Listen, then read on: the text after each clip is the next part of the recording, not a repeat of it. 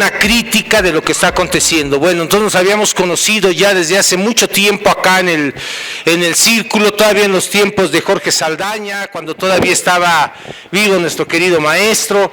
En fin, muchas cosas pasaron después, situaciones, anécdotas, vivencias, y el movimiento siguió resistiendo los embates de esta derecha tan enferma, tan enquistada como un cáncer en este país.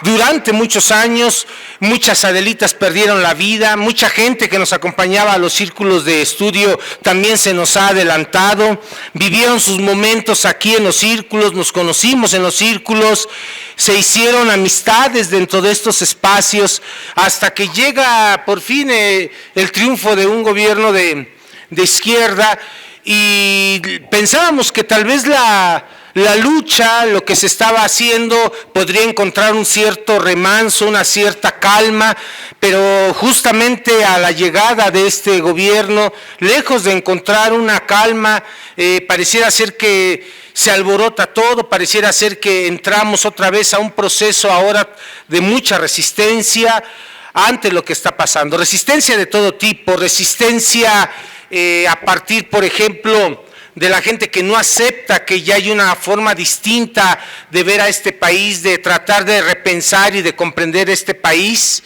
Resistencia de estos grupos muy antagónicos que en su desesperación están provocando una serie de caos, o al menos están tratando de introyectar en la gente, en los mexicanos, la sensación de que estamos en un caos, en una inseguridad total, que todo se está yendo para abajo, que la economía no crece, que todo se está cayendo. Entonces, es una resistencia, porque si este país ya venía polarizado desde hace muchos años, no es un asunto de ahorita, también hay que decirlo, este país se ha polarizado desde hace muchísimos años.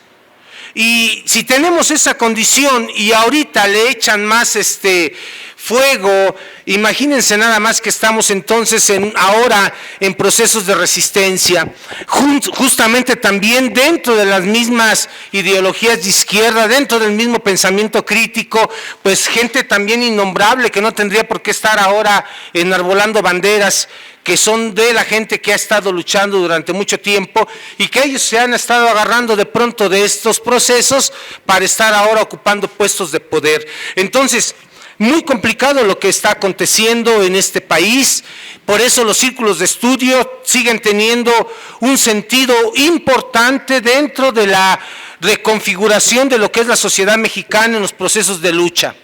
Los círculos de estudio siguen siendo ejercicios revolucionarios que valdría la pena que incluso nuestros compañeros del EZLN retomaran.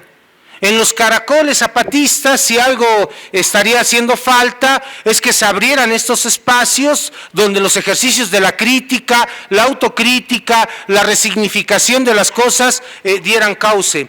Pero bueno, estamos en un proceso en donde tenemos que ser pacientes, tenemos que ser muy respetuosos y tenemos que intentar, sobre todo, evitar las confrontaciones que no llevan a nada a una sociedad de por sí ya lastimada por todo lo que ha estado aconteciendo. El motivo de la charla el día de hoy es una situación importante, una situación delicada, a partir de lo que está aconteciendo con los niños en este país. Si hay una víctima de toda esta situación, si hay una víctima relacionada a la guerra que se establece contra el narco, relacionada al olvido, a la educación, a miles de cosas, si hay una víctima son los niños y las niñas de este país. Estos niños y estas niñas son el síntoma de una sociedad. Recordemos que la charla del día de hoy evidentemente pasa por mi postura como analista, como psicoanalista, y desde ahí estaremos sosteniendo durante una hora lo que a nuestro parecer y desde nuestros trabajos de investigación, porque también es importante decirlo, lo que vamos a hablar hoy deviene de nuestros trabajos de investigación, no nada más deviene de una mirada silvestre. Los niños son síntoma. Si llega un niño al consultorio, el niño es síntoma de lo que están viviendo los papás en la casa.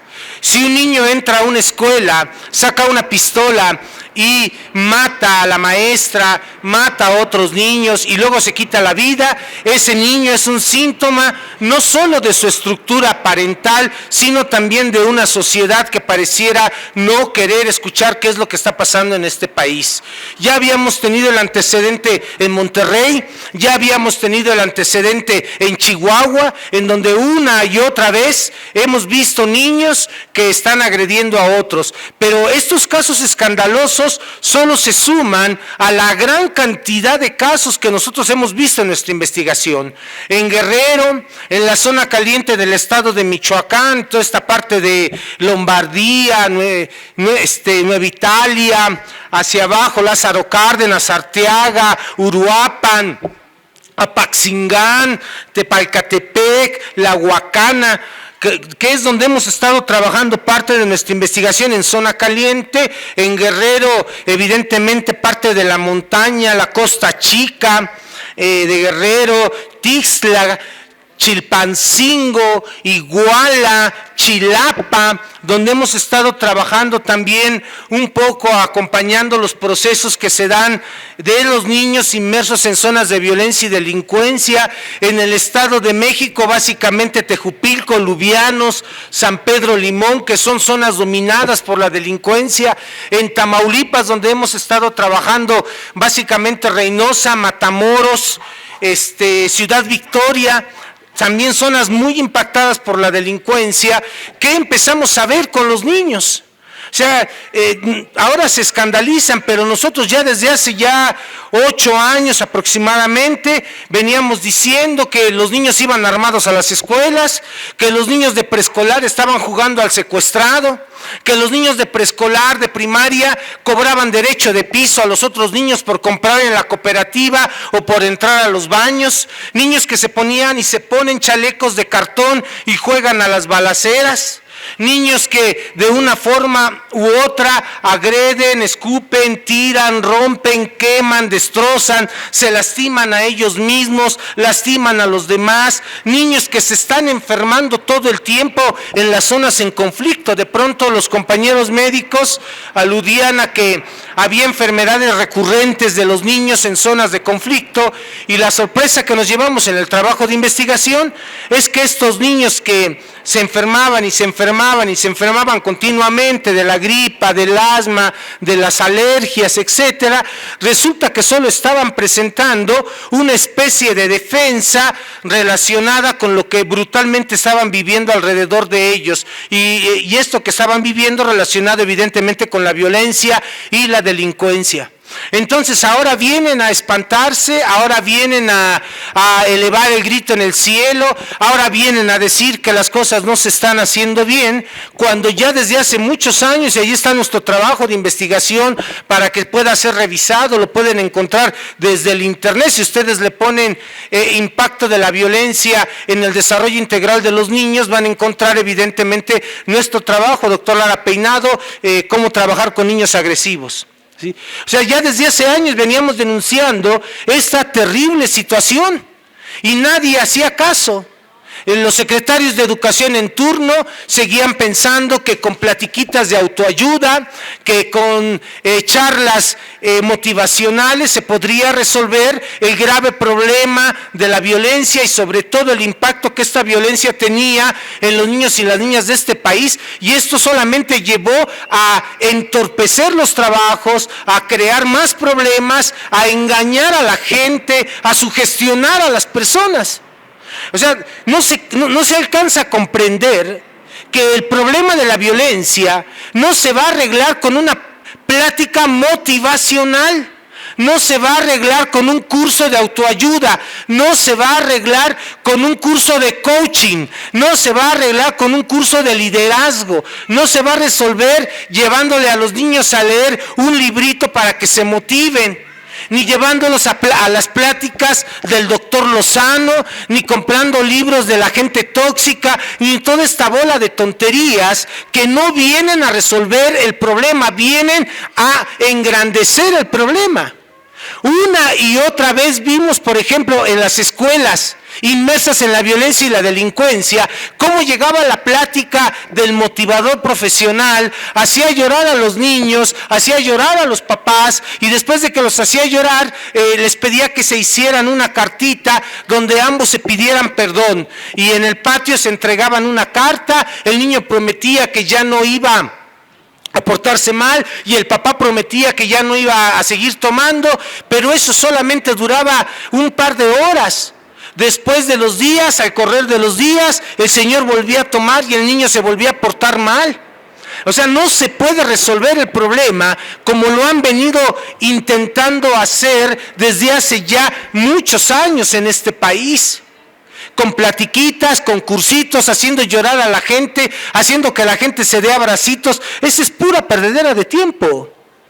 Sin embargo, eso es lo que empezamos a encontrar en las zonas de conflicto. Y también es muy interesante que los contratos que se dieron a conferencistas venidos del extranjero eran contratos millonarios. Millonarios. La corrupción en los ámbitos de la educación ha sido brutal.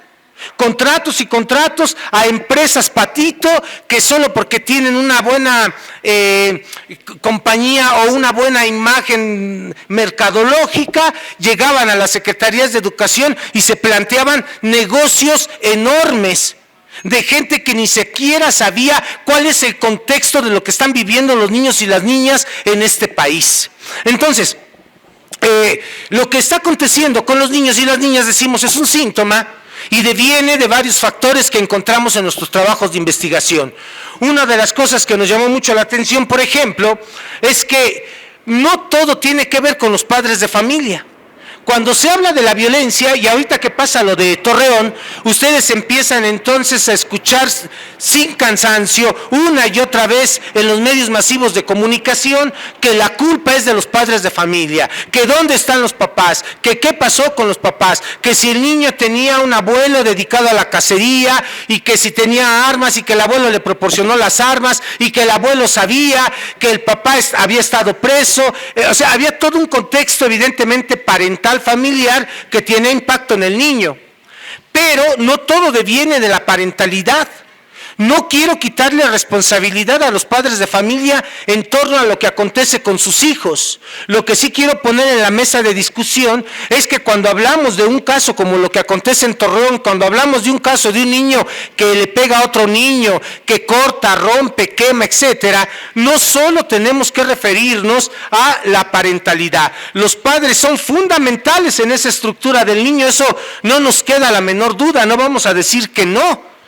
En las zonas en conflicto, por ejemplo, veíamos cómo el machismo aparece con tanta frecuencia que impactaba de manera brutal la conducta de los niños. Mamás que eran sumisas y que no podían enfrentar al sujeto que es dedicado al narco, ¿no?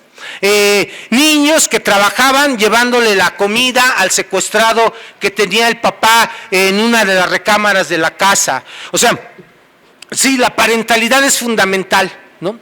Lo que vive un niño en una casa es fundamental, es trascendente. Una mamá sumisa, un papá violento, obviamente creará niños violentos. Un papá que no tiene ley, un papá perverso, creará hijos perversos. Los hijos de Felipe Calderón Hinojosa tienen una estructura perversa. Los hijos putativos de Vicente Fox Quesada tienen una estructura perversa. Los hijos, hijas de Enrique Peña Nieto tienen una estructura evidentemente perversa. ¿Sí? ¿Y por qué nos atrevemos a decir eso? Porque los padres de estos sujetos no tienen estructura de la ley. Y ahí donde no hay estructura de la ley, siempre adviene el rasgo de lo perverso. Pero bueno, regreso. Vimos que no solo la parentalidad tenía mucho que ver. O sea, vimos que para que un niño sea violento es porque el niño, aparte de lo que vive con sus padres, todo el tiempo está sobreexcitado desde pequeño. Un niño desde que nace, en lugar de estar escuchando el arrorro niño, resulta que lo que escucha ahora es un narcocorrido en donde las sirenas y los balazos suenan a todo lo que da. Si ustedes van a las zonas dominadas por la violencia y la delincuencia, van a encontrar, sin temor a equivocarme, que el narcocorrido se ha convertido en parte cotidiana del acompañamiento musical de las gentes que ahí se desarrollan. No estamos en la crítica de un género musical que evidentemente se ha convertido también en una forma curiosa de mostrar las hazañas o las no hazañas o las barbaridades que cometen sujetos dedicados a la delincuencia. No estamos en contra de los géneros musicales. Lo que estamos tratando de explicar es que un niño cuando nace no es lo mismo que escuche palabras como te quiero, te amo, te adoro, qué hermoso eres, duérmase mi niño, duérmaseme ya, a que escuche un corrido, narcocorrido, en donde están sonando sirenas, balazos y en donde se está hablando con palabrotas, en donde se oye rechinidos de llanta. O sea, esto es otra cosa. El niño cuando nace, recuerden ustedes, puede tener cerrados los ojos, puede tener cerrada la boca, pero lo que un niño no puede cerrar nunca es su canal auditivo. De tal manera que todo lo que escucha un bebé cuando nace en una zona inmersa en la violencia y la delincuencia es brutal, hay una sobreexcitación y todo eso lo va guardando el pequeño en esa psique, en ese, no en el cerebro, que aquí también hay otra cosa que decir. Les han venido engañando al mundo. No es un engaño, pero es un asunto mercadológico. Han venido engañando al mundo diciéndoles que todo está en el cerebro, diciéndole que las emociones están en el cerebro, que todo se puede controlar en el cerebro, que si piensa usted positivo, le va a ir positivo, que si usted decreta su pensamiento positivo, pues todo le va a ir muy bien. Otra vez, puras payasadas. ¿Sí? Con eso, decretando el pensamiento positivo, no se resuelve la historia de un sujeto. ¿Por qué vino toda esta tendencia? Porque se le introyectó a las personas que todo estaba en el cerebro. Pero no, ¿qué creen? Las emociones no están en el cerebro. Y aquí hay que decirle a todos nuestros queridos neurocientíficos que tienen un error. Y podemos comprobar perfectamente bien que las emociones no están en el cerebro. La comprobación es muy simple. Cuando nacemos, no tenemos representación palabra, es decir, no hablamos, no hay estructura del lenguaje. Luego entonces no tenemos procesos neurológicos, los neurotransmisores todavía no se inauguran. Se van a inaugurar todas las conexiones que le van a dar forma al cerebro, se van a inaugurar cuando empiece a aparecer el lenguaje. Antes no aparecen. Y entonces, cuando nacemos, hagan de cuenta que las emociones no pasan por el lenguaje, pasaron por el cuerpo, pasaron por la piel. Todas las emociones, todas los afectos tuvieron que ver con la piel, con el cuerpo. No con la representación palabra. Esa apareció al año y medio, esa aparece a los 2 años de vida de un sujeto. Por lo tanto, las emociones no están en el ámbito del cerebro. Las emociones están en el ámbito de aquello que llamamos inconsciente. ¿Sí? Por eso es un error pretender que las emociones se pueden controlar, que las emociones se pueden entrenar. Eso es un gravísimo error. Con eso han venido engañando a la gente. Pero ¿qué hemos visto en los consultorios? Entonces la gente va a un curso de entrenamiento de sus emociones, se siente bien unos meses, pero lo que no se percata es que todo se convirtió en una olla express y cuando se acabó la sugestión del entrenamiento, entonces aparece la enfermedad con muchísima más fuerza. Regreso con los niños porque el tema de hoy justamente es los niños. Entonces, niños que nacen en hogares descompuestos, evidentemente hay problema. Pero ese niño que nace en ese hogar descompuesto con padres disfuncionales también enfrenta a muy corta edad una sobreexcitación devenida del espacio donde está habitando. No solo encontramos sobreexcitación a partir del narcocorrido, en las zonas en conflicto donde estuvimos trabajando e investigando, encontramos, por ejemplo, que los videos pornográficos circulan como circulan los chicles. Los papás muchas veces viendo pornografía en delante de los hijos. Negocios dedicados enteramente a la venta de videos pornográficos. Pero no solo eso. Por ejemplo, en Lombardía, Michoacán, dábamos cuenta cómo en el mercado, que es un mercado muy pequeño que hay en Lombardía, había negocios donde se presentaban los videos de las balaceras, de los descuartizados, de los descabezados, etcétera. Y los niños desde muy corta edad empezaron a tener y empiezan a tener acceso a toda esta gama de estímulos visuales que evidentemente les van sobreexcitando una y otra y otra y otra vez. Pero no todo viene de ahí. La parentalidad, la sobreexcitación que viven los niños. ¿Qué otra cosa promueve que tengamos niños que asesinen a otros niños? Las injusticias sociales. Eso no se habla mucho. Los medios de comunicación ahora no vinieron a elevar el grito en el cielo cuando damos cuenta que en las zonas en conflicto los niños van viendo cómo el diputadete, el senador, el presidente municipal del pueblo más pequeño de los pequeños vive con total impunidad y vive con total corrupción. La gente, los niños en las ciudades ven cómo aquel sujeto que tiene una placa o que tiene X camioneta se vuelve prepotente y puede pisotear a los demás. Los niños se enfrentan desde muy corta edad en este país todavía a una discriminación que pasa incluso por su color de piel. No ha de sorprendernos que cuando la gente ve a un niño tipo Gerber dice qué bonito, pero cuando ve a un niño morenito dice qué chistoso. O sea, vivimos en una injusticia brutal y esa injusticia va creando un resentimiento en los pequeños. El narco y este crimen organizado ha logrado penetrar a las zonas más profundas, más alejadas del país, porque ellos han venido a llenar el hueco que las autoridades, que las instituciones evidentemente no han querido llenar, no han querido tomar. Esa es la gran realidad. Entonces ya vean ustedes cómo llevamos varios factores. No solo es un asunto de la parentalidad.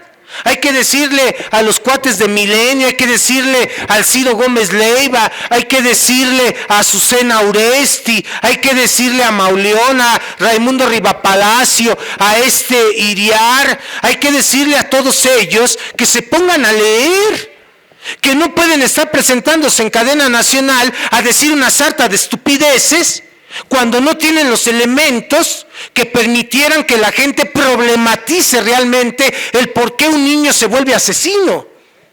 No nada más es la parentalidad, son los padres, es la sobreexcitación, es la injusticia social, es el machismo que se vive, es la falta de oportunidades. En este país se aborta a los niños y a los jóvenes todo el tiempo y esto no se ha querido atender. Claro, ahorita hay una serie de propuestas para abrir las escuelas a toda la gente, pero ¿qué pasa en los estados? No hay dinero que alcance para esto. El asunto es muy complicado. Entonces, lo que acontece cuando viene la guerra contra el narcotráfico, que este señor Calderón, ¿no?, que también nos llama mucho la atención como un sujeto tan desquiciado, ¿no?, un sujeto con una estructura tan maníaca. ¿Qué son las manías? Las manías son conductas repetitivas. Eso es una manía. Dirán ustedes, bueno, yo tengo conductas repetitivas. Sí, puede ser una manía, pero ojo, hay manías que afectan, alteran el desarrollo no nada más de los demás, sino también de uno mismo. Y en el caso de este sujeto, Felipe Calderón, tenemos una serie de manías que evidentemente han venido a joder, han venido a afectar a una sociedad mexicana. Lo que se hace desde el poder impacta evidentemente todos los estratos de la sociedad mexicana. Hoy sabemos que Genaro García Luna trabajaba con los narcos. Hoy sabemos que aquello que fue una especie de combate al crimen fue una mentira. Hoy sabemos que hubo corrupción, que hubo componendas ahí. Hoy sabemos que se mandó a matar a militares y a marinos de manera infame. Hay que ser muy miserables, muy miserables como para mandar a que la gente se mate, sabiendo de antemano que los estamos sacrificando únicamente para construir una especie de parafernalia que dijese que se estaba haciendo algo contra el crimen organizado. O sea, eso es brutal.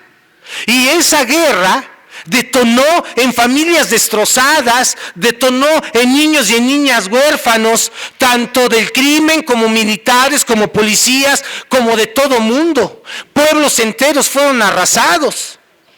Entonces, todo esto que estamos mencionando viene impactando el desarrollo integral de los niños. No es cualquier cosa. Narrábamos en un artículo que está por ahí en la página de Índice Político, cómo unos niños llegan a una escuela primaria en Michoacán y de pronto hay unas bolsas de plástico que son pelotas. Y entonces los niños ven esas bolsas de plástico tiradas fuera de su escuela, a lo lejos las ven, se quitan sus mochilas y corren, pensando que son pelotas, patean la bolsa y aquella bolsa de plástico va a estamparse al pequeño zaguán de la escuela y queda todo manchado de sangre. Y se abre la bolsa y lo que hay ahí es una cabeza humana, ¿no? Esto que está documentado, bien documentado, y esto que estoy narrando, puedo narrar 1000 historias de estas. Y no es exagerado decir 1000, Entonces, esto que está pasando, esto que acabamos de narrar, vean ustedes el impacto que le ocasiona a los pequeños que cotidianamente tienen que estar lidiando con estas cuestiones. Entonces, auméntenle a toda esta gama, a todo este cóctel que provoca que un niño sea un asesino o violento, auméntenle los videojuegos, auméntenle la televisión. O sea, aquí la gente ahora ya ve serie tras serie, Criminal Minds, una cantidad de series morbosas, perversas, que lo único que hacen es despertar en el ser humano aquellas pulsiones relacionadas a la muerte, aquel instinto canibálico que costó muchos años, muchos siglos poner a buen resguardo. La gente se engaña pensando que viendo sus pinchurrientas series del cable, y no es que estoy viendo cómo se busca al asesino y el método científico para encontrar al asesino. Esas son puras tonterías. Porque ni se muestra el método científico, ni es lo que hace un perito, y lo único que hacen es llevar a la gente a que esté morboseando la sangre, crear una cotidianeidad de la violencia, hacerle sentir a la gente, también al adulto, excitarlo cuando está viendo estas series, porque se puede aplastar por horas a ver estas tonterías, series estúpidas que salen en TV Azteca y en Televisa. ¿No? 1000 formas de morir, una cantidad de estupideces que se le ofrecen a la gente, ya sea por la televisión de paga, ya sea por la televisión que no es de paga, y la gente se traga todo. Aquí lo que nos preocupa es que el niño otra vez entra en procesos de sobreexcitación. Pasar en la televisión, en cadena nacional, la voz del secuestrador una y otra vez, es algo brutal. O sea, los cuates de la televisión no se percatan que pasar al secuestrador y su voz, lo único que provoca en el secuestrador no es vergüenza, no es culpa, no es asco, lo que le provoca es satisfacción. Seguramente el secuestrador, si está escuchando su voz en cadena nacional, ha de estar masturbándose, gozando de que lo están pasando en todo México. Y sin embargo, vean ustedes, estos sujetos enfermos de la televisión, sin ponerse un límite, siguen con eso. Entre más sangre, entre más muertos, hay más noticia para esta clase de gente que no termina de comprender que no se trata de utilizar a los muertos como propaganda para golpear estructuras ideológicas. Es muy triste, ¿no? De pronto viene toda la propaganda en relación a los Levarón, que no estamos diciendo que no sea una tragedia, ni estamos minimizando las víctimas, pero por ejemplo, poco se habla de lo que acontece con los músicos de Chilapa en Guerrero. O sea, de pronto a unos sí se les recibe Y a los compañeros deudos de Chilapa, ¿cuándo se les va a recibir? La muerte de los compañeros músicos de Chilapa, de los niños, de las niñas, de las compañeras, de los compañeros en las zonas de conflicto es tan importante como la muerte de los deudos de los Levarón.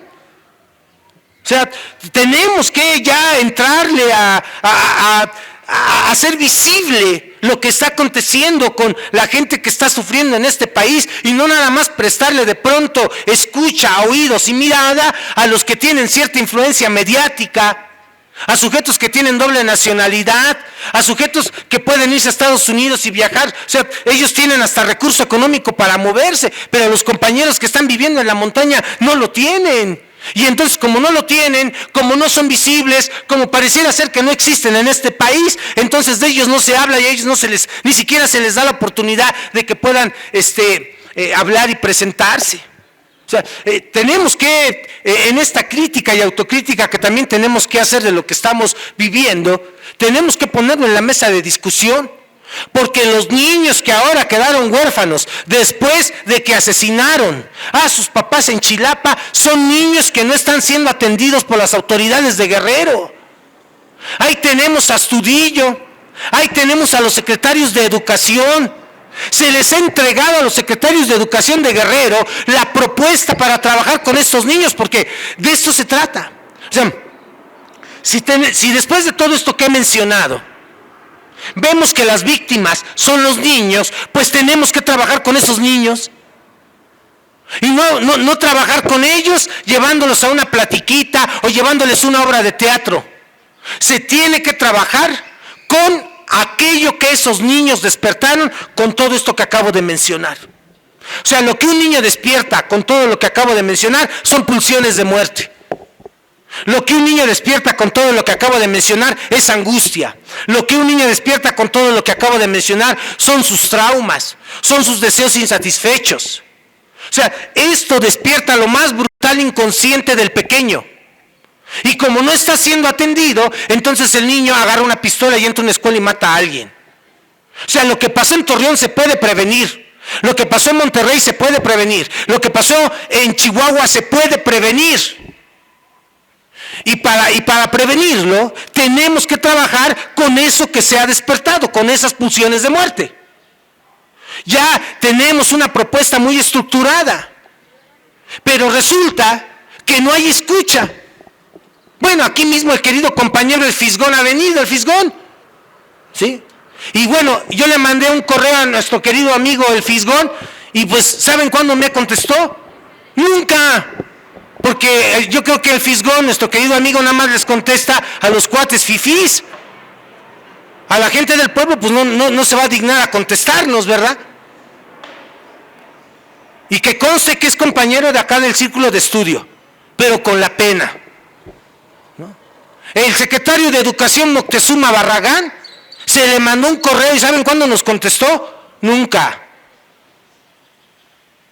Si se le han mandado mensajes para que conozca la investigación, que se ponga a hacer su trabajo, porque para eso le pagan. El problema es que ni siquiera estudió pedagogía. Y si seguramente van a ver estos videos porque los ven.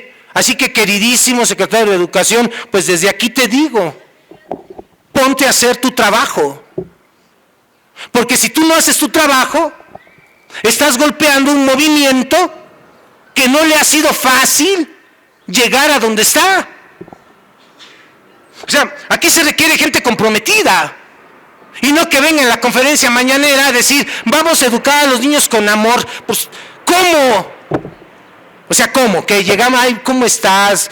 ¿Cómo te fue, mi amor? Pasa, esta es tu escuela, te queremos mucho todos, qué bonito eres. Y la balacera. O sea, ¿y qué? Ya con eso ya se va a resolver lo que el niño despertó con la balacera que se escuchó a las 2 horas de que entró a la escuela. No, señora, así no se va a resolver. Se requiere de un trabajo serio. Se requiere que volteen a ver a los investigadores de este país. No que vengan con el pinchurriento mismo discurso. Con la pena, pues sí, la Fundación Azteca estará de lujo, pero con la pena, la problemática educativa en este país sigue.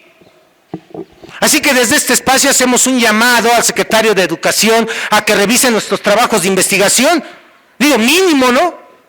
Que se ponga a hacer su trabajo. Oiga, pero es de la 4T. Sí. Y muchos, todos los que estamos aquí, tal vez la mayoría, hemos trabajado desde las calles. Y no tenemos puestos en la 4T. Bueno, al menos a mí no me pagan. ¿Sí? Y creo que a ninguno de los que estamos acá nos pagan por haber estado luchando en las calles y en las avenidas, levantando la voz, exponiéndonos. Entonces, eso es lo que nos da el derecho de poner en la mesa de discusión las cosas.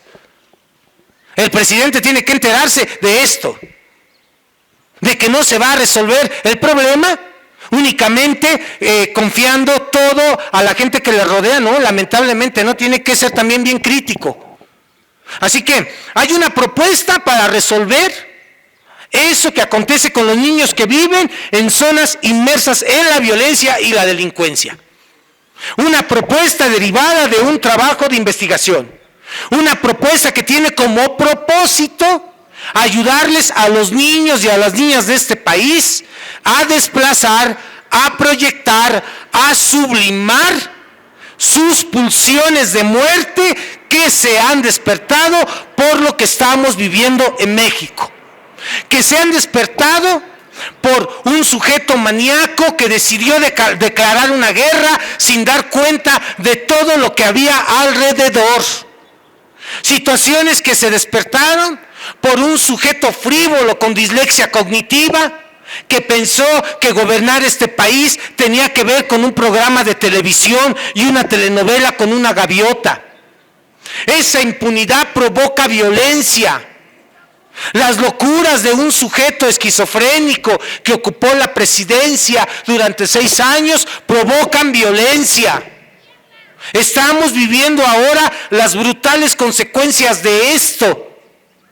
Entonces, con todo este panorama tan fuerte que estamos viviendo, y si tenemos alternativas, pues tenemos que empezar a acercarlas a la gente que tiene ahora el poder. Por eso estamos haciendo el llamado desde estos espacios de lucha y de resistencia. No podemos permanecer sordos. O sea, poner a bailar a los maestros, pues no va a resolver el problema. Llevar a los, ¿qué creen que no me he dado cuenta de cómo fueron los cursos de actualización de los maestros antes de que entrara este ciclo escolar? Me dio tristeza ver a los maestros bailando. O sea, no tenemos por qué ser payasos cuando estamos dando clases, con la pena. El trabajo docente es un trabajo profesional. O sea, se requiere darle al docente herramientas profundas para resolver, sobre todo, el qué hacer con un niño. O sea, yo puedo tener una escuela con un montón de bancas, con su porquería de tablet, con pizarrón electrónico o digital o como se les dé su gana. Pero si tengo un chamaco cuyo papá se dedica al narcotráfico, un chamaco cuyo papá le pega a la mamá, un chamaco cuyo papá escupe, tira las cosas, le vale gorro porque vive en la impunidad total, ¿de qué sirve que tenga todo lo material? No va a servir, porque ese niño trae dentro un montón de pulsiones de muerte que se van a expresar en el momento menos indicado. O sea, tenemos que trabajar con el inconsciente de los niños y de los jóvenes. Entonces, todo esto que se ha desatado, ¿sí? Lo que se ha hecho, ¿qué implica llegar a una ciudad como Reynosa en su momento y ver que la avenida principal estaba llena de tanquetas, ¿no?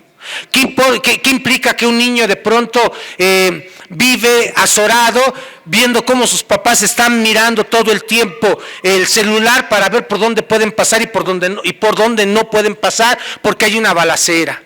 Lo que acontece en el estado de Sinaloa recientemente con el asunto de Ovidio fue algo brutal, por ejemplo, para los niños de allá. Los niños, después de haber presenciado la psicosis que se detona con lo que acontece con Ovidio, entran en procesos de ansiedad, en procesos de angustia. Las agresiones en la escuela aumentaron en Sinaloa. Eso no lo están documentando, por ejemplo, los noticieros televisivos que se la pasan friegue y friegue y friegue, pero no van al fondo de la noticia, ¿sí? ¿Qué hubiese acontecido si se da una masacre ahí? ¿Qué hubiese acontecido si el gobierno toma la decisión de, a como sea, llevarse a ese sujeto y meterlo a la cárcel? Que estuviéramos hablando de cientos o tal vez de miles de niños huérfanos en ese momento. Y esos niños que quedan huérfanos, el impacto que tiene para ellos, el que maten a sus padres, es brutal. Nosotros hemos trabajado con niños cuyos papás han sido asesinados. Y lo primero que hay en los dibujos de los niños cuyos padres han sido asesinados son dibujos en donde el niño se dibuja con una pistola vengando la muerte del padre. No crean ustedes que ese niño que se pone nada más a llorar y a sentir tristeza, la tristeza se vuelca en odio y el odio se vuelca en agresión y la agresión se manifiesta en la vida cotidiana de los niños. O sea, ¿en qué cabeza cabe querer hacer una guerra cuando ni siquiera se tienen los elementos psicológicos, educativos, sociales, culturales para sostener esa pretendida guerra? Como decían en Sinaloa, ahora que estuve yo por allá, bueno, claro, la gente, los medios hablan y dicen y etcétera, porque ellos no estaban ahí viendo cómo les iban a matar a sus familiares. Es muy fácil abrir la bocota cuando no se están poniendo los muertos. Lo que ha pasado en Guerrero a partir de los 43, ¿qué ha pasado con los jóvenes niños de Iguala, por ejemplo, de Chilpancingo? ¿Cuánto resentimiento tienen los niños y las niñas que viven en Chilapa, que viven en Tixla, que viven en Coyuca? A partir de la serie de muertos y de impunidad que ha habido ya desde hace muchos años en el estado de Guerrero, no se ha acabado la impunidad de los Figueroa, de los Aguirre. Entonces, no podemos de pronto, sí, ojalá pudiéramos, pero, y también aquí hay que decir algo, o sea, se requieren mensajes simbólicos muy fuertes para la sociedad mexicana. Algo que nuestro querido cabecita de algodón se le ha olvidado, y no porque se le haya olvidado, sino porque es complicado el asunto, ¿saben?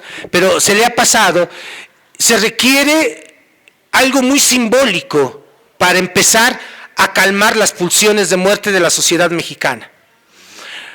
Ejemplo concreto, cuando se abren los pinos, ahí hay algo muy simbólico. O sea, para muchos fue importante, simbólicamente, poder recuperar, entrar a un espacio que había sido negado para todos los mexicanos. O sea, eso es algo muy simbólico. Bueno, entonces requerimos mensajes simbólicos de parte del gobierno. Requerimos mensajes simbólicos en donde ya se llame a una consulta popular para ver si podemos meter, si no se puede meter a la cárcel, por lo menos meterlos a la cárcel de la cuestión histórica a sujetos como Peña Nieto. Que se denuncie lo que se hizo, ¿sí? Tal vez no se le pueda meter al reclusorio, pero ¿qué tal que se den 10 conferencias mañaneras en donde se hable de todas las porquerías que hizo para que toda la gente conozca? Y lo que hizo Calderón, y lo que hizo Fox. O sea, se requiere mensajes simbólicos en donde nosotros, la gente que somos del pueblo, demos cuenta que algo puede acontecer cuando se hacen las cosas mal. Sí, tenemos a Rosario Robles ya en la cárcel, tenemos al abogado de los politicuchos preso, Collado, ¿no? Tenemos a Genaro García Luna, claro, eso lo apresaron allá en Estados Unidos, que también habría que darle ciertas lecturas a lo que acontece y por qué acontece allá y no acontece acá, en fin. Pero no alcanzan, O sea, aquí se requieren otros. Y falta Videgaray, ¿sí? Y falta los hijitos de la Sagún. Y falta Josefina Vázquez Mota. Y falta Del Mazo. Y falta Montiel. Y falta el exgobernador de Oaxaca, Ulises, ¿sí? O sea, falta el Duarte de Chihuahua. Falta el Bronco. O sea, necesitamos que gente de ese peso simbólicamente esté tras las rejas, porque es lo único que va a hacer que la sociedad mexicana diga, caray, si a ese lo han metido a las rejas, puede ser que a mí también me metan. Pero mientras estos no estén ahí juzgados, o por lo menos, ¿sí? O por lo menos juzgados socialmente, va a estar bien difícil. Entonces, regresando para ir dando término a la charla. ¿Por qué un niño se vuelve asesino? ¿Por qué un niño se hace agresivo? ¿Sí? No solo tiene que ver con los padres de familia. Es fundamental, evidentemente. Un hijo no deseado a un hijo deseado. O sea, aquí la gente jóvenes, gente que pudiera ver después la conferencia y que pudiera plantearse la necesidad o el querer tener un hijo, pregúnteselo 1000 veces, oiga. ¿Lo desea? ¿De verdad quiere tenerlo? Porque un hijo que no se quiere es un hijo que se quiere pero muerto. Y esta gente de doble moral, que de pronto pensó no tenerlo, pero después, quién sabe por qué azares del destino decide tenerlo, y tiene al niño, no se da cuenta que inconscientemente le está depositando todos los deseos de muerte que ese niño cuando crezca va a tener a flor de piel. Estos niños que han sido asesinos, habría que preguntar si en la historia de sus padres fueron deseados o no fueron deseados. ¿Sí? Entonces, la parentalidad es muy importante. El machismo lastima mucho a los pequeños. Les crea resentimiento y les crea mucha angustia. Una madre sumisa no despierta amor de un niño, lo que despierta en el niño es odio, es coraje, esto hay que tenerlo muy claro. Hay mamás que todavía siguen pensando que cortarles las uñas de los pies a sus mariditos, soportarles sus estupideces y estarlos atendiendo todo el tiempo es algo que las hace maravillosas mamás. No. Cuando un niño ve la humillación, cuando un niño ve cómo un papá le pega a la mamá, cómo le habla con groserías a la mamá, el niño va construyendo dentro de sí esquemas marcados por el odio. Y si a eso le aumentamos que el niño tiene contacto a muy corta edad con la pornografía, a muy corta edad con el narcocorrido, a muy corta edad con series televisivas que hablan de sangre, a muy corta edad con videojuegos en donde se habla otra vez juegos de matar, sangrar, golpear, cortar. Si a eso le aumentamos que el niño sale a la calle y ve a sujetos que se pasan un alto, o en un pueblo ve cómo el presidente municipal roba y abusa de la gente, cómo el policía también hace lo mismo.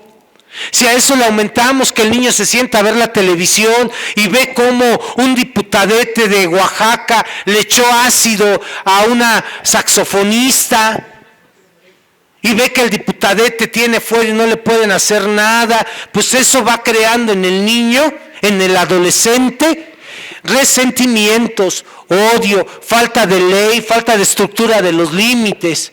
Y si ese niño, que ya es un volcán en erupción, tiene papás que se dedican a la cacería, que les vale gorro, que maltratan a los animales y que por ahí tienen un arma, pues olvídense. Ya se le está dando todo para que el niño se convierta en un asesino. El niño es una víctima, el niño no es el culpable, el niño es síntoma, no es la enfermedad. No hemos terminado de escuchar lo que está pasando en el país.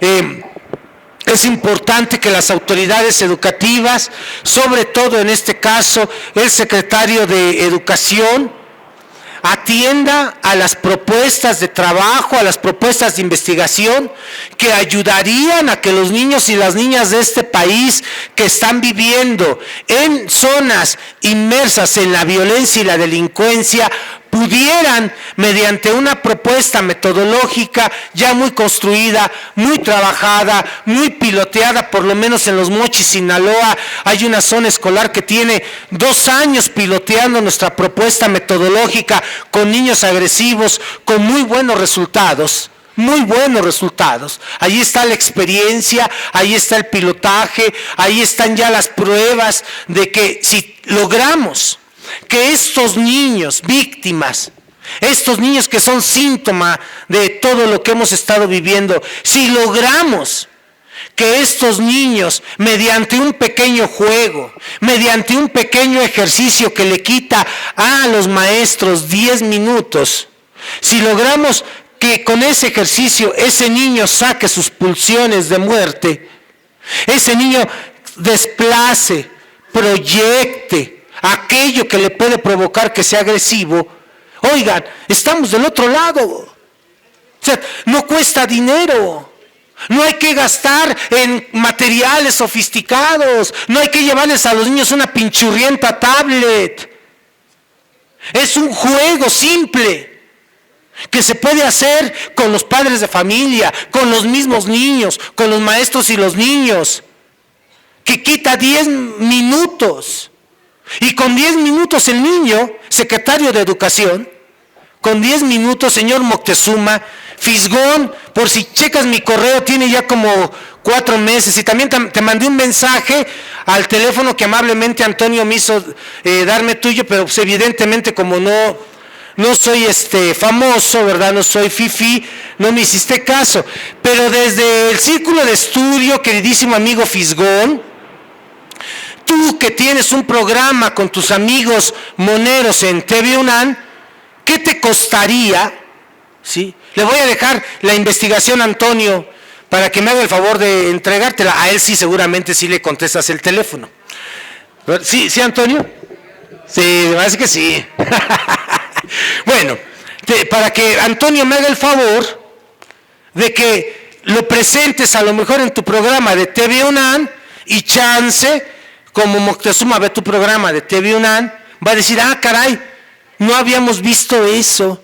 Y entonces a lo mejor se toman la molestia de leer la investigación y de decir, aquí está la propuesta para trabajar con los niños, independientemente si son de Yucatán o son de Baja California, independientemente si están en la zona caliente o están en la ciudad. Las pulsiones de muerte son las pulsiones de muerte. O sea, la pulsión de muerte, ustedes todos las hemos sentido. Cuando tenemos un problema, cuando nos peleamos con alguien, se dan ustedes cuenta que la razón pierde. Y entonces decimos groserías, inventamos madres, y después decimos, ay caray, ¿por qué dije eso? No le hubiera dicho eso. ¿Por qué? Porque aquella pulsión que está adentro es más fuerte que la razón. Entonces, la política educativa para atender a los niños en las escuelas está construida únicamente desde aspectos ligados a la razón. Pero el problema es que aquello que provoca la agresión no está en el cerebro, está en el inconsciente. De nada sirve entonces que lleve a los niños a un curso de asertividad. O sea, ¿qué hemos visto en las escuelas donde hay niños agresivos? A ver, vete con el director. Y ya llegan con el director, y el director agarra lo del cursito de asertividad y hace que el niño reflexione y le dice, a ver, ¿lo que hiciste estuvo bien o estuvo mal? Mal. ¿Lastimaste a tu compañero? Sí. ¿Crees que sea bueno lo que hiciste? No. ¿Lo vas a volver a hacer? No. Júramelo, lo juro, fírmame esta carta, la firma. Más tardó en hacer eso que en volverlo a hacer. Porque lo que está motivando que el niño sea agresivo no está en la parte cognitivo-cerebral, está en la parte inconsciente. Está donde está la pulsión de muerte. Ese es el problema. Ese es el problema. Entonces, le estamos dando, ¿sí?, al secretario de Educación, a los secretarios de Educación de los estados, pónganse a trabajar los secretarios de Educación de los estados, es una vergüenza. ¿Sí? Se la pasan en restaurantes, se la pasan viajando, chacoteando. Les estamos dando una propuesta para que no vuelvan a acontecer casos como el de Torreón, casos como el de Monterrey, casos como el de Chihuahua. Les estamos dando una propuesta en donde un niño que ha crecido en medio de todo lo que he mencionado al inicio de esta charla, con un simple ejercicio pueda liberar aquellas pulsiones de muerte y estar tranquilo. Oiga, eso va a resolver el grave problema que tenemos. No, no lo va a resolver, pero al menos no vamos a tener agresión y violencia dentro de una escuela. Y eso, créanme, que en las zonas dominadas por la violencia y la delincuencia ya es mucho que decir. Si lográramos eso, estaríamos del otro lado. Si lográramos eso, dentro de 20 años tendríamos familias distintas. porque estaríamos trabajando con aquello que provoca los deseos de matar. Pero si no trabajamos con eso, todo lo que se haga en lugar de ayudar perjudica. Y los niños, así como van las cosas, cada día van a estar más expuestos y sobreexcitados por un sistema económico que lo único que busca justamente es la comercialización de las emociones. Entonces, aunque ahorita la idea es romper con el neoliberalismo y se están haciendo intentos por ello, no es tan simple. O sea, el mundo está inmerso en ese enfermo sistema. Entonces no es tan simple. Pero bueno, aquí tenemos una alternativa. ¿Qué hacemos con los niños que están viviendo violencia? ¿Qué hacemos con los niños que están viviendo agresión? ¿Qué hacemos con los niños que han matado a sus padres? ¿Qué hacemos con los niños que tienen padres que los lastiman y los golpean? ¿Qué hacemos con los niños que tienen padres sádicos? ¿Qué hacemos con los niños que están viviendo en medio de la impunidad? ¿Qué hacemos con los niños que están viviendo un montón de injusticia? ¿Qué hacemos con los niños que están siendo violados por adultos? ¿Qué hacemos con ellos? ¿Qué hacemos con sus emociones? ¿Qué hacemos con aquello que se despierta de su inconsciente? Ahí está el ejercicio. Ahí está la propuesta. Ayudémosles a sacar eso. Si hacemos que un niño saque sus pulsiones de muerte, el niño va a estar tranquilo y justo en ese momento el niño puede tener una representación distinta ligada ahora sí al amor. No es un asunto de un pinchurriento discurso. Necesitamos acercarnos a propuestas serias de investigación. Y si ahí está una propuesta, por favor, escucha. Pedimos escucha. No queremos más niños violentados. No queremos que en las escuelas siga aconteciendo el fenómeno del acoso escolar. Que sigan quemando, golpeando, tirando, pateando. Ya no queremos eso. Eso se puede resolver. Lo podemos atender dentro de las mismas instituciones escolares. Y no nos vamos a meter en problemas. No vamos a pelearnos con los papás, no vamos a pelearnos con el crimen, no vamos a pelearnos con la institución. Simplemente le estamos dando, por ejemplo, a los maestros una herramienta del qué hacer con un niño cuyos padres se agarraron a golpes en la mañana. El niño va sobrecargado de angustia, de nada sirve nada si no le quitamos la angustia. Un niño con angustia no aprende nada. Les estamos dando la herramienta para que les quitemos la angustia. ¿Que hay que hacer un ejercicio cada semana? Pues sí, porque las cosas tampoco son tan simples. ¿Que se tiene que hacer un programa durante todo el año? Sí, pero nada más nos va a quitar 10 minutos a la semana. Un ejercicio por semana. Nuestra propuesta está comprobada. Un niño agresivo, un niño que golpea, un niño que pudiera agarrar una pistola y matar a otro. Bueno, cuando hace nuestro ejercicio está tranquilo toda la semana.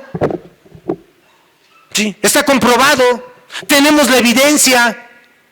Me invitaron a la Cámara de Senadores, fue una cosa impresionante. Imagínense, yo en la Cámara de Senadores, fue terrible. Y luego no me invitaron ni pinchurriento café. ¿Ves?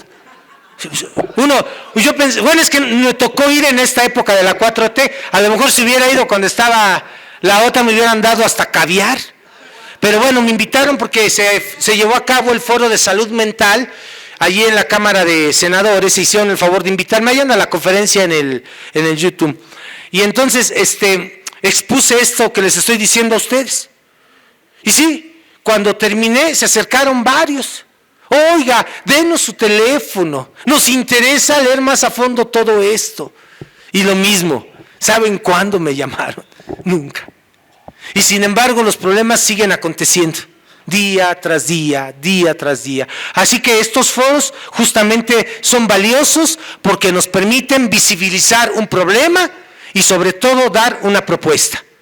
En este país tenemos un grave problema con la violencia, con la agresión, una triste herencia desatada por un enfermo que hizo una guerra contra el narco, por un esquizofrénico que impunemente pactó también con los criminales como Vicente Fox, con un sujeto de televisión ridículo que lo único que vino a hacer es a llenar de corrupción e impunidad a este país. Sí, ahorita estamos viviendo las consecuencias brutales de todo eso. Los niños son lamentablemente un síntoma de todo eso. Bueno, tenemos una propuesta, ahí está la propuesta, solicitamos a los compañeros que están ahora en los puestos de poder a los compañeros, al secretario de Educación, con todo el respeto que nos merece, pues que se acerquen a nuestros trabajos. Y a los compañeros que tienen posibilidad de dar a conocer el trabajo, pues que no sean mal detalle, ¿no? Que abran las puertas para dar a conocer los trabajos. Porque de otra manera, nada más nos quedamos en una crítica y no nos dan chance de entrarle a la propuesta. Ahí está la propuesta, ahí está la propuesta metodológica, piloteada, trabajada. ¿Por qué no hacen caso?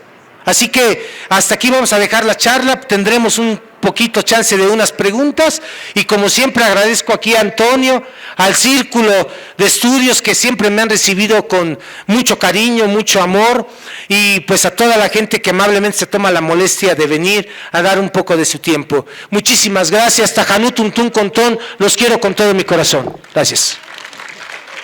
Aquí sí hay cafecito.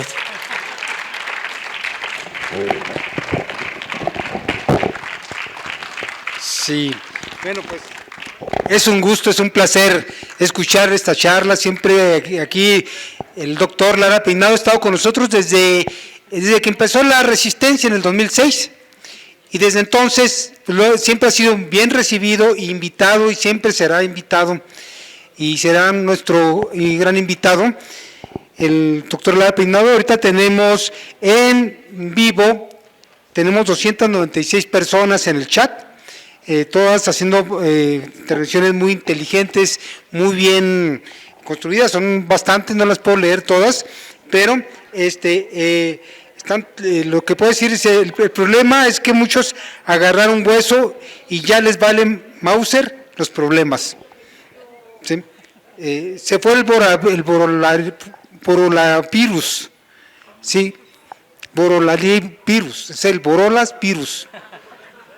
Sí, no está mal pronunciado, está bien dicho, así lo escribieron, el virus, que no es coronavirus. ¿Sí?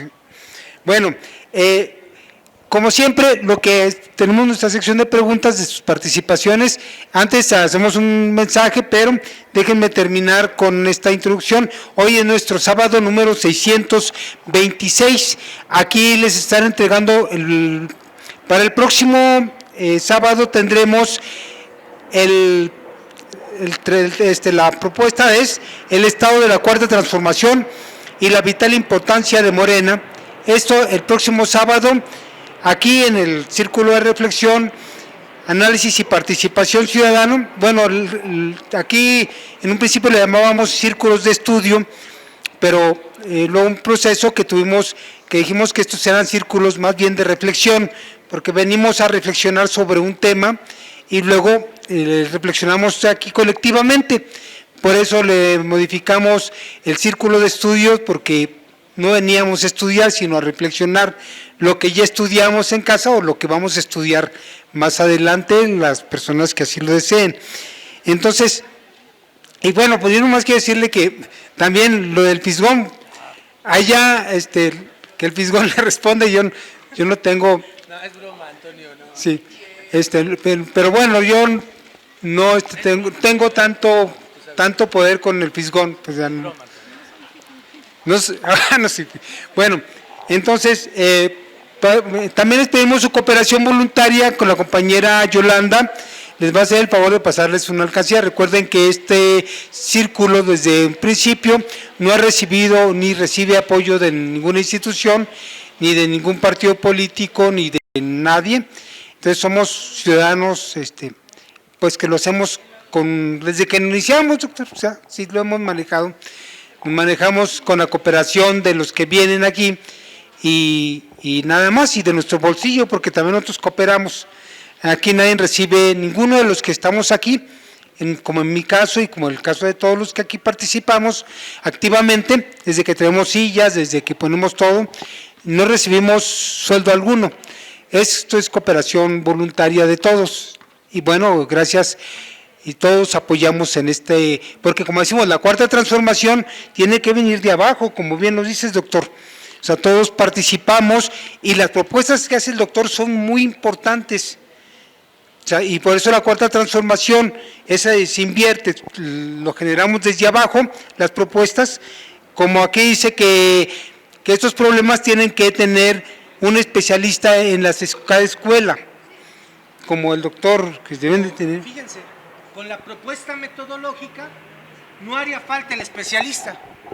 O sea, si dijéramos, fuéramos a una escuela, porque es lo que está pasando en Los Mochis, a los compañeros, por ejemplo, compañeras psicólogas, maestros frente a grupo, un taller de 4 horas para que conozcan la propuesta metodológica y con eso ellos pueden aplicarla a todo el ciclo escolar, así funciona. Y ya no requeriríamos tener, por ejemplo, a fuerzas a un psicólogo en la escuela, ¿no? El maestro hace el ejercicio y lo resolvemos. Entonces, ahí hay algo bien viable, que bueno, como bien dice Antonio, no se ha logrado aterrizar bien, pero bueno, para eso son estos espacios, ¿no? Y lo del FIGOS es broma, Antonio, Nah. No, yo sé. Bueno, le vamos a pedir de favor al compañero Víctor que nos mueva la cámara para que nos vaya, a los que van participando, que nos gire la cámara porque hoy no tenemos quien lo haga. Gíranos la cámara acá, los participantes. No, allá abajo, mira. Sí, por favorcito. Ándale, tú sí sabes, vas a ser maestro en... Bueno, vamos ahora con la participación de ustedes. Pasa un mensaje anterior. Primero que nada, yo agradezco infinitamente la presencia aquí del doctor José Antonio Lara Peinado. Estoy encantada de que nos visite y le doy las gracias al nombre del Círculo de Reflexión Buzón Ciudadano, Buzón Ciudadano. Vengo a anunciar un disco muy bonito que les traje. Es un documental que hizo el Canal 11 sobre el Tren Maya. No hemos podido traer a alguien que hable sobre el Tren Maya, pero aquí viene todo y les va a encantar porque si vieran qué paisajes tan bonitos. Está narrado por Ana María Lomelín, muy conocida en los medios, es actriz y es conductora. Aquí narra, ella hizo un recorrido por toda la ruta que va a seguir ese Tren Maya y estuvo ella en cada lugar donde se va a parar el Tren Maya. Entonces, para que conozcan las estaciones, el recorrido y por qué es bueno que apoyemos este proyecto del presidente, de nuestro presidente, sobre el Tren Maya, ahí lo tenemos. Y también les recomiendo el chamuco nuevo que se llama Rejas, Cámara, Acción. Ahí tienen en la portada a García Luna, y lo ojeé, ya le di una ojeada y viene muy bueno, viene muy divertido y como siempre informan aquí en la nota de coyuntura, pero así muy divertidamente, es caricatura política. Gracias, iba a anunciar eso y pasen a la mesa para que vean también los libros. Doctor Lara Peinado, alguien quería su libro. A ver si trae por ahí un libro. Ah, perfecto, este es el último. Activación y manejo emocional en las escuelas. Ya lo tienen allá. No me lo han dado. Su mochila, a ver, toma. Sí, no se me pongan así tan terribles, que hay para todos, libros para todos. ¿Ya le dijiste qué precio tienen? Sí, ya les... Ok. Bueno, entonces también tenemos otro disco que se llama... ¿Cómo trabajar con niños Sí. inmersos en la violencia? A ver, ¿cómo trabajar con niños inmersos en la violencia? Ese cuesta 100 pesos. Sí, aquí está. ¿Cuánto? 100 pesos. 100 pesos, sí. Bueno, ya ahí se acaban, se abarrotan, bueno. Oigan, y luego tenemos también el de la guerra híbrida, 2 discos también del documental que está saliendo, muy interesante, muy interesante eso de la guerra híbrida. Ahí lo tienen también en la mesa. Bueno, ahora sí vamos con la participación. Hola, buenas. Desde Jorge Saldaña que te conozco, Mira, yo te quería preguntar que todo lo que dijiste, ¿qué podemos hacer nosotros para ayudar, verdad? ¿Qué es lo que podemos hacer? Y el ejemplo de los músicos, estoy pensando en los hijos de los músicos, de lo que acaba de pasar. ¿Sí se oye? Sí, se oye. El ejemplo de los músicos me dejó impactada. Y estoy pensando que pues si la señora Piedra ha hecho algo la señora Piedra Rosario. ¿Sí? Porque así como esos 10 músicos ha de haber, como tú dices, miles, ¿verdad?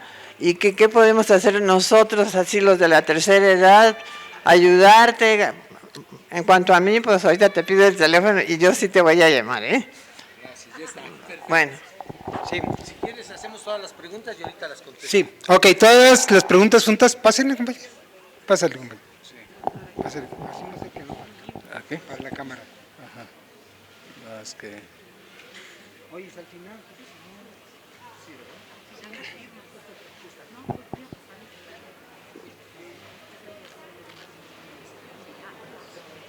Sí, perdón. Buenas tardes, doctor.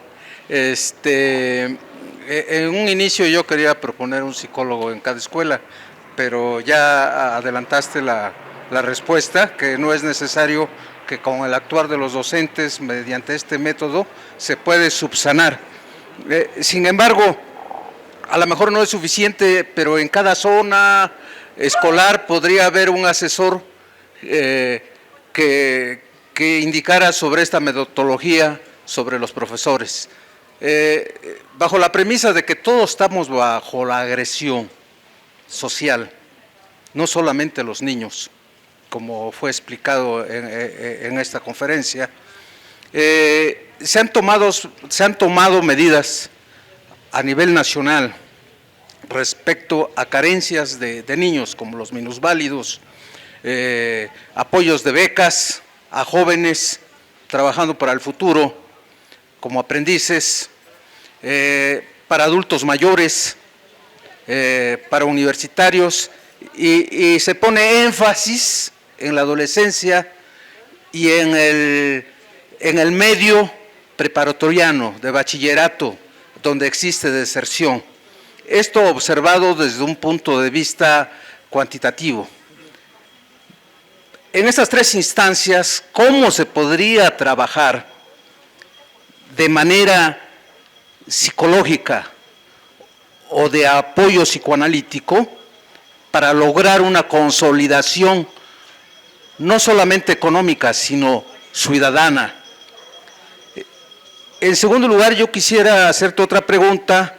En estos tiempos se ha visibilizado mucho el acoso, la agresión sobre el sector femenino, sobre las mujeres.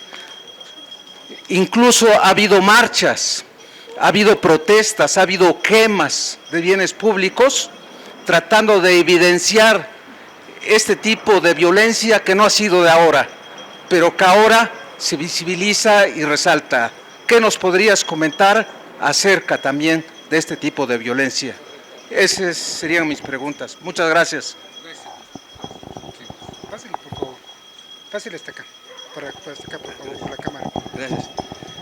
Dramática situación nos ha planteado la que vive la infancia y la juventud en México y toda la población por la política asquerosa de los anteriores regímenes. Desde que he participado con este micrófono, siempre he dicho, estoy obsesionado por la cuestión de una escuela de cuadros que urge para la cuarta transformación. Estoy obsesionado por la creación de comités de base, pero que realmente trabajen desde la base. No lo hacen, son círculos, digo, no menosprecio, pero realmente por la problemática por la que atravesamos, por la etapa histórica en que vivimos, son pequeños, somos pequeños. Y si a eso le agregamos que no hacen trabajo en la calle, que no hacen trabajo en las bases, pues estamos peor todavía. La cuestión, se me viene a la mente la cuestión de los pioneros que se implementaron en la Revolución Cubana. ¿Qué hacen aquí los comités de base? Yo tengo un recuerdo muy desagradable de un comité de base en la colonia Tlacotal, en donde se decían o organizaban funciones de títeres, pero sin ningún contenido social. Y yo les decía precisamente eso, que lo que tenía que hacer el comité de base era por lo menos dar a conocer los documentos de la cuarta transformación que no se ha hecho. Entonces, ¿qué vemos? Se están peleando los de arriba por los huesos, se están peleando los de arriba por las posiciones. Esa señora de apellido medio raro, con el poder económico que tiene, debería de hacer algo para realmente organizar a la población y entonces realmente organizar comités de base en todo el país, en toda la... Sí, bueno, entonces repito que se me viene a la mente la cuestión de los pioneros de Cuba que podrían hacerse ese trabajo por medio de los comités de base. Pero sí tengo algo que decir de eso. Sí, ahora, sí les voy a pedir de favor que no se me salgan mucho del tema, porque hay que centrarnos. Esto es un tema muy complejo, lo de la violencia en el niño, como para salirnos con los comités de base o con otros temas. Hay que centrarnos principalmente en esto, es muy complejo, pues, ya vimos ahorita la primera parte y sí, es nuestro talón de Aquiles. Compañera Paz. A mí me da mucho gusto que nos vuelva a visitar doctor Lara Peinado. Ha estado varias veces con nosotros y pues ha sido bastante interesante la propuesta que nos hace. Pero yo estoy muy preocupada por lo que pasó con estos chavos, bueno, y lo que está pasando en general. Pero estuve revisando el antecedente de este niño que se pone su camiseta y que está imitando a otra matanza, ¿no? Y sí me preocupa mucho porque yo soy profesora y yo siento que nuestro gremio está muy desprotegido, que no tiene, digamos, para dónde moverse. ¿Qué hacer en una situación de tanto peligro? O sea, si uno no puede echarse a correr, porque ahí como que ya todo el panorama era como para echarse a correr, de este chavo que nadie lo iba a parar, que realmente está totalmente descontrolado. Ese es por uno. Luego, pues la Secretaría sí tiene un discurso interesante, Moctezuma, pero digamos, ya a la hora de que revisa uno lo que ellos sugieren para el asunto de pues, la violencia y todo lo que se está viviendo, es un proyecto que se llama Habilidades Socioemocionales. Un proyecto que pues ya lo estamos viendo por internet, según era un curso de 15 horas y se volvió como de 30, porque realmente bastante amplio, pero es un curso donde en realidad los ejercicios que ellos ponen no tienen nada que ver con una realidad social que estamos viviendo. Son, por ejemplo, un ejercicio que se pone es muy fresa para lo que está pasando en Iztacalco, o lo que está pasando en Iztapalapa, o sea, lo que está pasando en Iztapalapa o en Tepito es bastante canijo. Entonces, como que están en un fresa total, cuando se los pongo a los chavos hasta se ríen, ¿no? Entonces, no funcionan muchos de los ejercicios que ellos están poniendo porque no tienen que ver con la realidad que estamos enfrentando. Esa es una parte. El doctor Lara Peinado, cuando fue el temblor, vino unos días después. Y yo le pregunté, ¿y qué hacemos para los niños que pues realmente no habían vivido el temblor y se apanicaron totalmente? Y él me dio un ejercicio que yo practiqué en clase y que funciona. O sea, lo que está diciendo el doctor Lara Peinado no nada más es algo ilusorio, utópico. Sus ejercicios funcionan y sí deberían de ser tomados en cuenta. Nada más que pareciera ser que no hay las ventanas específicas para hacerlas. Entonces ese es el problema que tenemos. Más psicólogos en un colegio, en mi colegio son 5,000 pobladores. ¿Cuántos psicólogos necesitamos en un colegio?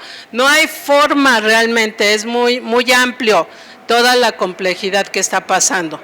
Entonces sí, la verdad es muy preocupante porque eso que pasó ahí se puede replicar porque les da por hacer imitaciones de esos modelos. No sé si el doctor Lara Peinado quisiera comentar algo así. Yo soy de educación media superior, pero secundaria está imposible, ya ni siquiera para tratar a los jóvenes, porque los muchachos sí de veras están muy afectados por todo lo que está pasando en nuestro contexto y por lo que ya mencionó el doctor Lara Peinado, o sea que son los medios de comunicación, la pornografía, los juegos, todo este panorama que nos dio, que es muy acertado, pues sí le está afectando mucho a los muchachos. Y la verdad, ¿qué hacer? Porque ese es el problema. Sí, son sus ejercicios, pero debería de haber otros protocolos para cómo nos movilizamos. Sabemos qué hacer para el temblor, pues más o menos, pero para una situación así no sabemos cómo manejarla. Gracias, doctor.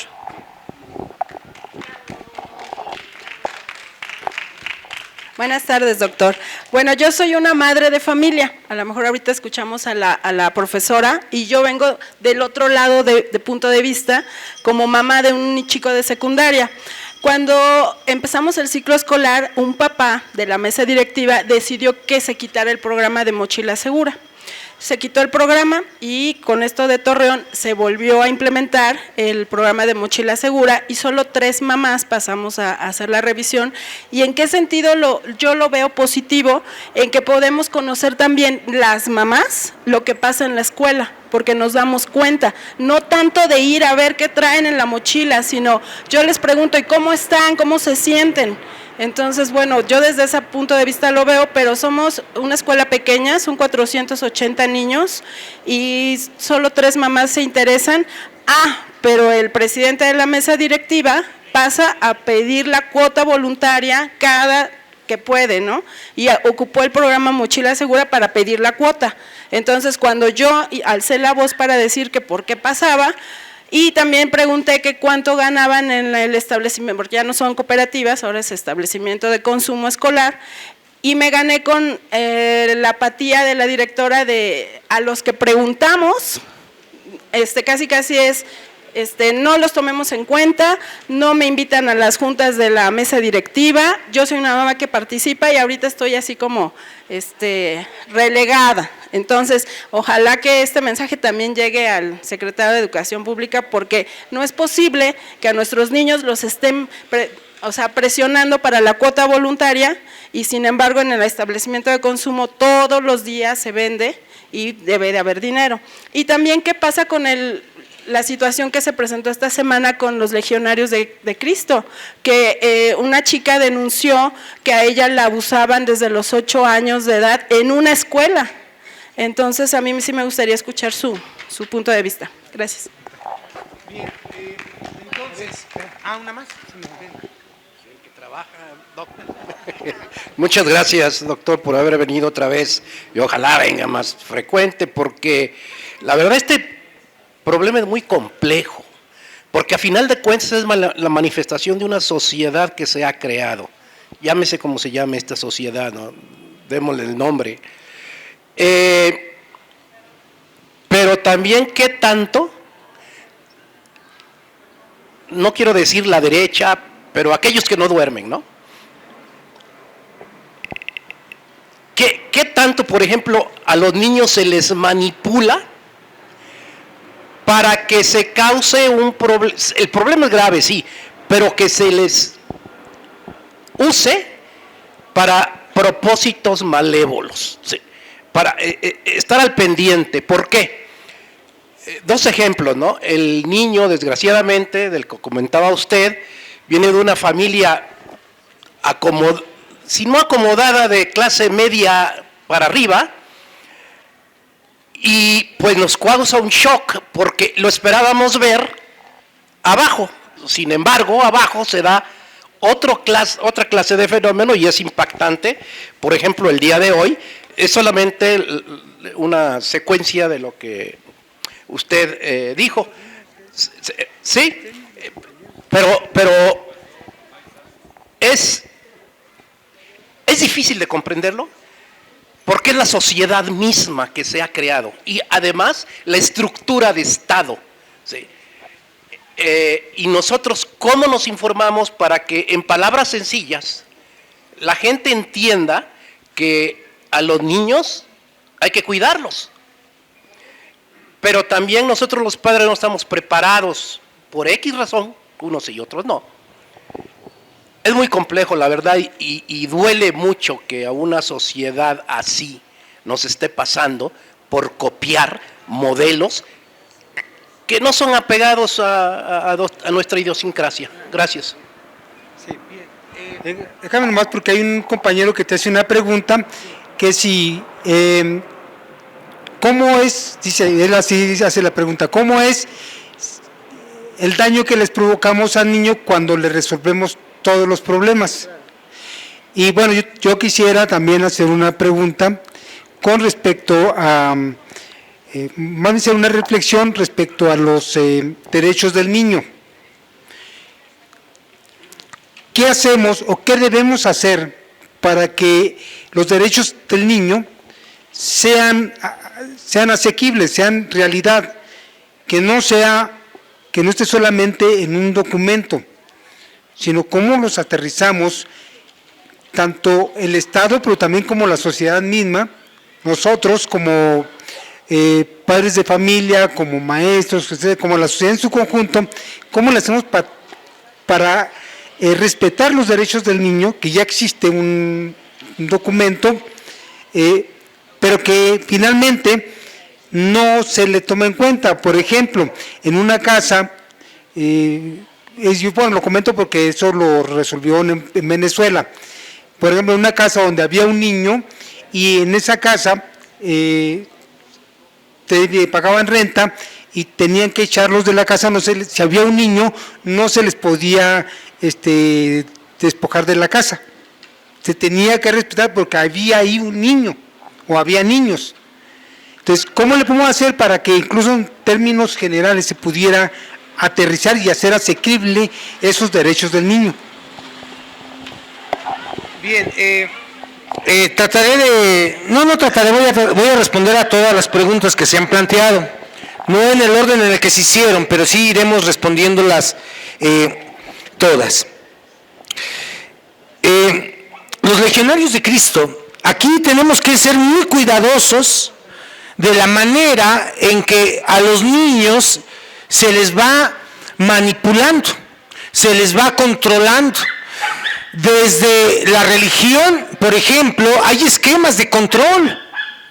O sea, no estamos aquí en contra de las religiones, ni nos tenemos por qué pelear con ningún tipo de religión. Tenemos que ser respetuosos de hecho. Pero, ¿hasta qué grado en ciertas religiones, cualquiera que ésta sea, hay procesos de manipulación de los pequeños? Por ejemplo, ¿sí? La secta Nexium y, por ejemplo, ¿qué tal todos los colegios cuya estructura religiosa se impone al niño, pensando que las cosas se pueden resolver con un milagro o que pidiendo y que rezando algo se va a solucionar, cuando en realidad no es así? En las comunidades en conflicto, que es a donde nuestra investigación estuvo trabajando, vimos que llegaban evangélicos, católicos, testigos de Jehová, mormones, evangelistas, bautistas. O sea, hay una necesidad de creencia de algo cuando hay mucho problema. El detalle es que a veces esa necesidad se cubre en actos de manipulación para con la gente. Entonces, lo de los legionarios es algo brutal. Las escuelas de los legionarios, los Cristóbal Colón, todos estos colegios que a lo largo de la República han ido de una manera u otra trabajando en procesos de manipulación infantil que tenemos nosotros que romper. ¿Y cómo se rompen los procesos de manipulación infantil? Evidentemente cuestionando, evidentemente haciendo que el niño tenga un ejercicio crítico de lo que va a escuchar a la escuela, dándole confianza a los niños para que puedan hablar de lo que acontece en su escuela, no burlarnos de lo que un niño nos viene a comentar, creerles a los niños, no tener procesos de enajenación en la casa. O sea, no podemos seguir educando a los niños con la idea de que se te va a aparecer el diablo si te sigues portando mal. No podemos seguir educando a los niños a partir de echarles la culpa de que por tu culpa nos vamos a divorciar. O sea, no. Tenemos también desde casa que romper los esquemas de enajenación. No podemos seguir educando a los niños diciéndoles, ponte a ver la pinchurrienta tablet. La gente va a un restaurante y para que el niño no les esté molestando, les ponen ahí el aparatejo para que el niño esté aplastado, apretándole ahí a la tablet o al cochino celular. Esos son procesos de enajenación. O sea, si queremos que no se repitan los casos de abuso sexual que se han vivido, por ejemplo, con los legionarios, Tendríamos que tener niños críticos, pero no se hace un niño crítico con un aparato celular. Ya está comprobado, pues en la clínica lo tenemos muy comprobado. En el hospital, todo niño que se le dio un celular desde que era bebé retrasa sus procesos de lenguaje, retrasa sus procesos de lectoescritura. Está comprobado. Entonces, si queremos ir rompiendo estos esquemas autoritarios, la única forma es los que tengamos posibilidad de hacerlo desde casa, pues hay que hacerlo desde casa. Hay que ver que los niños se enteren de lo que están viviendo otros niños, lo que está aconteciendo en Guerrero, de cómo niños de 12 años, de 10 años son armados para defenderse, pues es parte de la problemática. Pues tenemos que visibilizar, pero tenemos que visibilizar no nada más a estos niños, también a los niños jornaleros. A los niños no se les puede dar todo, los niños tienen que dar cuenta de que no se puede todo. ¿Sí? Entonces, por ahí tendríamos que ir trabajando en eso. El operativo de la mochila segura, sí, algo posibilita atender de momento. O sea, algo se revisa de momento. Pero ojo, no porque el niño no lleve el cuchillo no significa que no quiera acuchillar. No porque ese día no haya llevado la pistola no significa que no la quiera llevar. Entonces, nosotros decimos, tenemos que trabajar con lo que está atrás. El operativo mochila segura algo posibilita atender de momento. Sin embargo, eso, aunque el niño no lleve un instrumento para agredir, no significa que no quiera agredir. Luego entonces nosotros proponemos trabajar con aquello que detona la agresión. Por eso es que el programa que están proponiendo de desarrollo socioemocional, el actual secretario de Educación no alcanza. Yo no digo que no sirva, no alcanza. Porque todos los ejercicios que proponen ahí son a nivel cognitivo.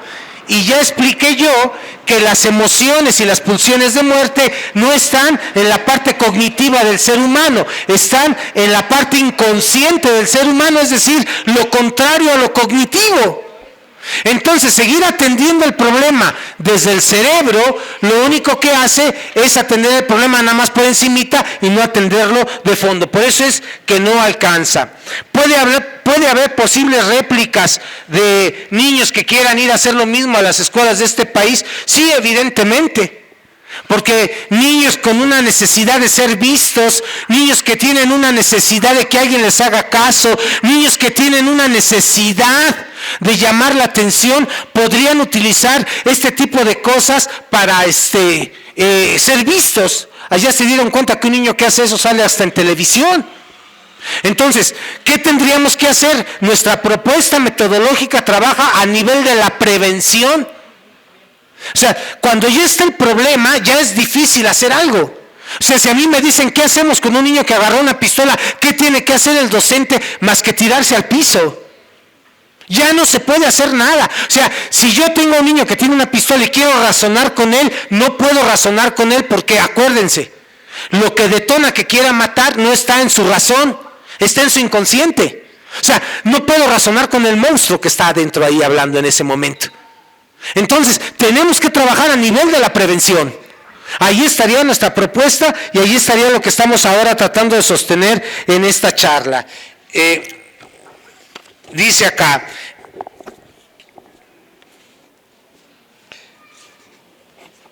acuérdense, darle todo a los hijos, eso no es amar, eso es odiar.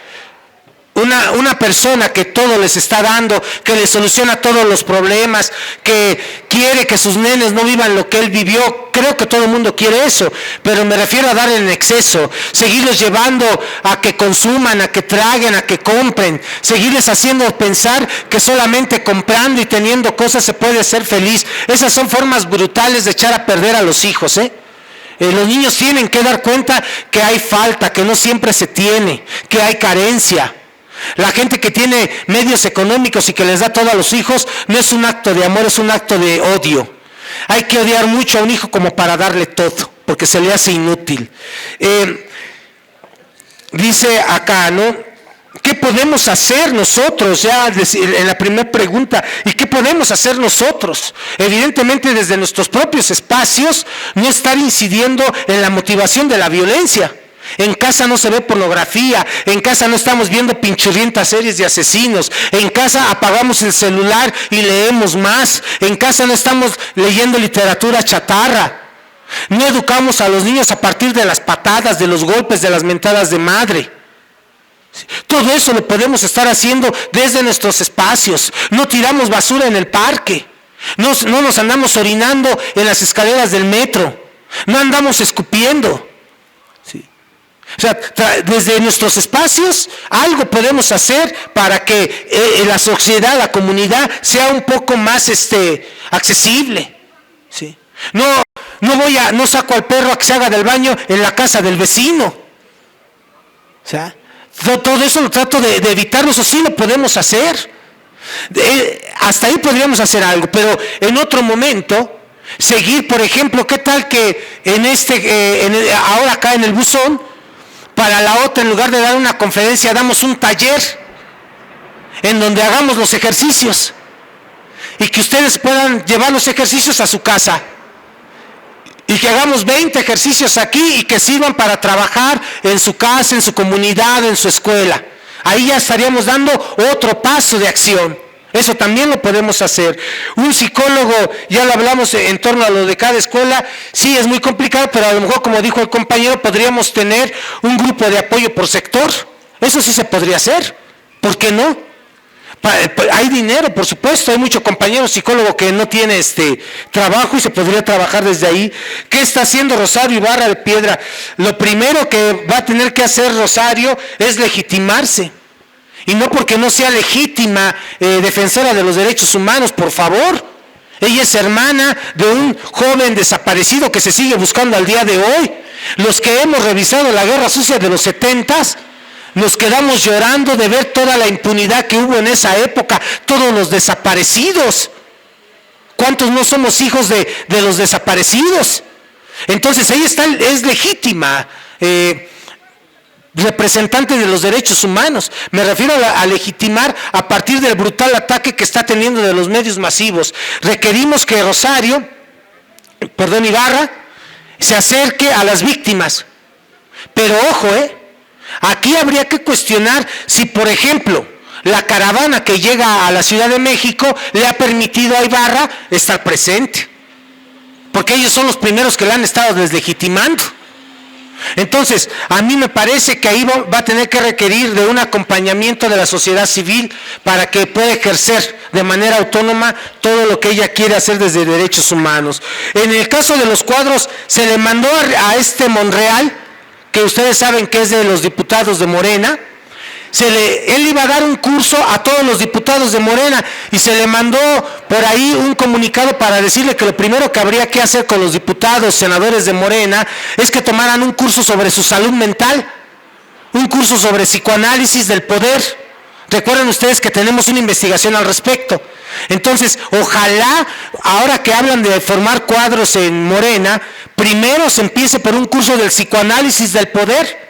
Que los que quieran entrar ahí primero vean cómo están. Creo que eso sí se podría hacer. También desde aquí podríamos hacer un llamado a eso. Y evidentemente los docentes requieren mucho trabajo en torno a ellos mismos desde su salud mental también. Tenemos una propuesta en el nuevo libro. Hay ejercicios para maestros, hay ejercicios para padres de familia y hay ejercicios para alumnos. Ahí está la propuesta para todo un ciclo escolar, ejercicios para maestros, para niños y niñas y para padres de familia. Creemos que al cerrar la pinza, entonces podríamos hacer que fuera verdaderamente significativa la propuesta. Bueno, vamos a cerrar acá. Yo tengo que regresarme a Pachuca, porque ya saben ustedes que vengo de Hidalgo, y bueno, anda uno con el trabajo medido. Nuevamente agradecer al Círculo, agradecerles a ustedes, y nos vemos próximamente, y a lo mejor nos vemos para hacer un tallercito. Yo creo que esa va a ser la siguiente tarea que nos vamos a dar. Muchas gracias, y que estén muy, muy bien. Hasta luego.